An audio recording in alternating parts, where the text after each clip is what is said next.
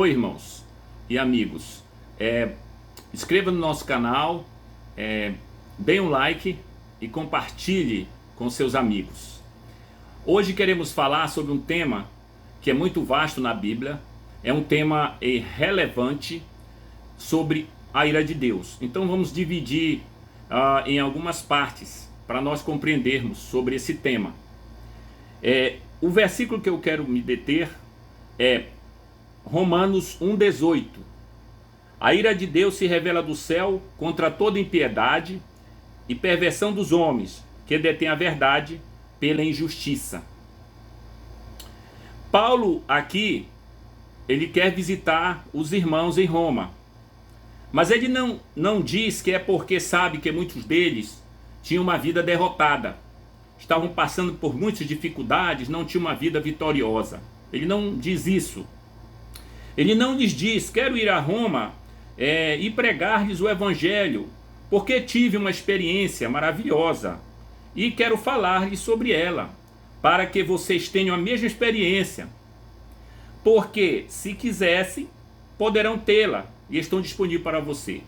Não foi essa a mensagem dele. Mas ele fala da realidade espantosa, estonteante, a realidade da ira de Deus. Ele a coloca em primeiro lugar na sua mensagem. É o que ele diz logo no início. Eis aí o motivo para a evangelização, que ele concitava e compelia os homens, porque do céu se revela a ira de Deus contra toda impiedade e perversão dos homens. Então a primeira coisa que Paulo queria através disso era a relação dos homens com Deus. O apóstolo está interessado em primeiro lugar na relação do homem com Deus, em sua posição perante Deus, em seu destino eterno, face a face com Deus. Esse era o objetivo de Paulo, o relacionamento com Deus primeiro. Em outras palavras, o evangelho que o apóstolo pregava nunca era antropocêntrico, o homem não era o centro, mas era teocêntrico, Deus era o centro. Ele começa falando da ira de Deus, não das necessidades das pessoas como tais, não das coisas que as aborrecem, não daquele pecado que as deixa prostradas e que elas não conseguem vencer, não da infelicidade delas, nada disso. Ele não menciona essas coisas. Em vez disso, ele fala da ira de Deus. No Velho Testamento, vamos só ver um pouco nessa área. A Bíblia fala do princípio ao fim sobre isso. Leiam o Velho Testamento sobre esse relacionamento que o homem tem que ter com Deus, por causa da ira de Deus. Leiam a mensagem profética e verão sempre a mesma coisa, esse relacionamento que Deus quer. Aqueles profetas estavam sempre lembrando aos filhos de Israel da sua relação com Deus. Isso você vê em todo o Velho Testamento. Era isso que eles sempre faziam retornar. Não tratavam primeiramente, acima de tudo, os problemas pessoais como tais. Estes vinham depois, eram secundários. Todas as experiências são secundárias. Não devemos partir delas. Devemos partir da situação, da posição de como a pessoa está perante Deus. Você pode sentir-se perfeitamente feliz e, contudo, pode estar condenado. Pode ter uma falsa alegria, uma falsa paz, uma falsa emoção em sua vida. Você pode ter tudo isso. Na história da igreja, se você ler parte da história da igreja, ela está cheia de experiências como essas. Não é daí que se deve começar, né, dessas coisas que nós precisamos.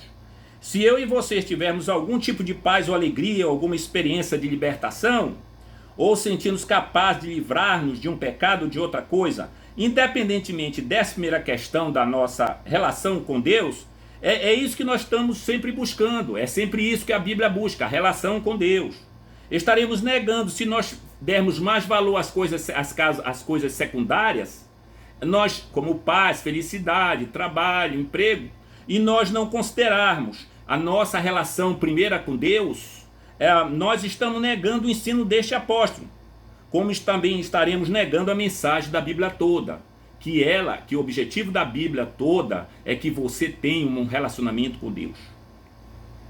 No Novo Testamento, né, vocês veem João Batista fazendo exatamente o mesmo. A primeira coisa que João Batista dizia aos que iam ouvi-lo não era: vocês vieram para receber uma certa experiência, uma bênção.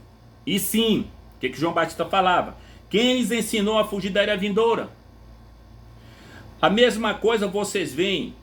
Isso está igualmente claro na mensagem do nosso bendito Senhor. Ouçam depois Pedro pregando o dia de Pentecoste, lá em Atos. O que ele faz? Expõe as Escrituras, mostrando a relação deles com Deus. E o efeito daquele sermão foi levá-lo a clamar, o povo: que faremos, varões, irmãos?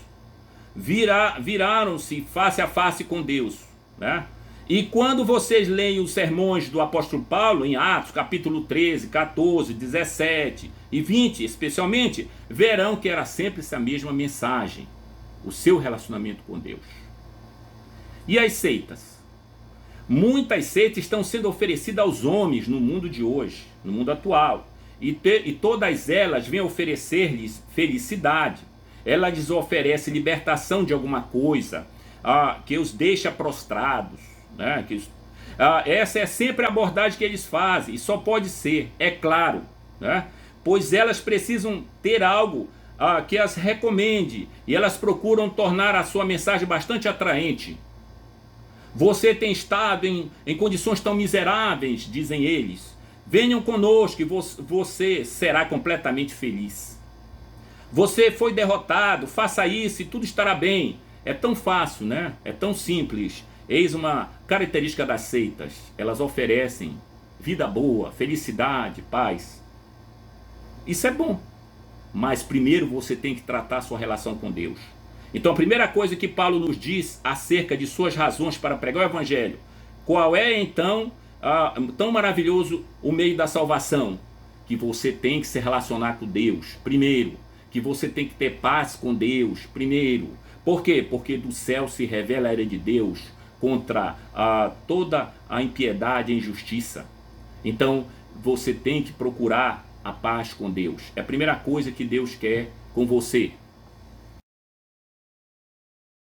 Curta meu canal no YouTube. Eu conto com você.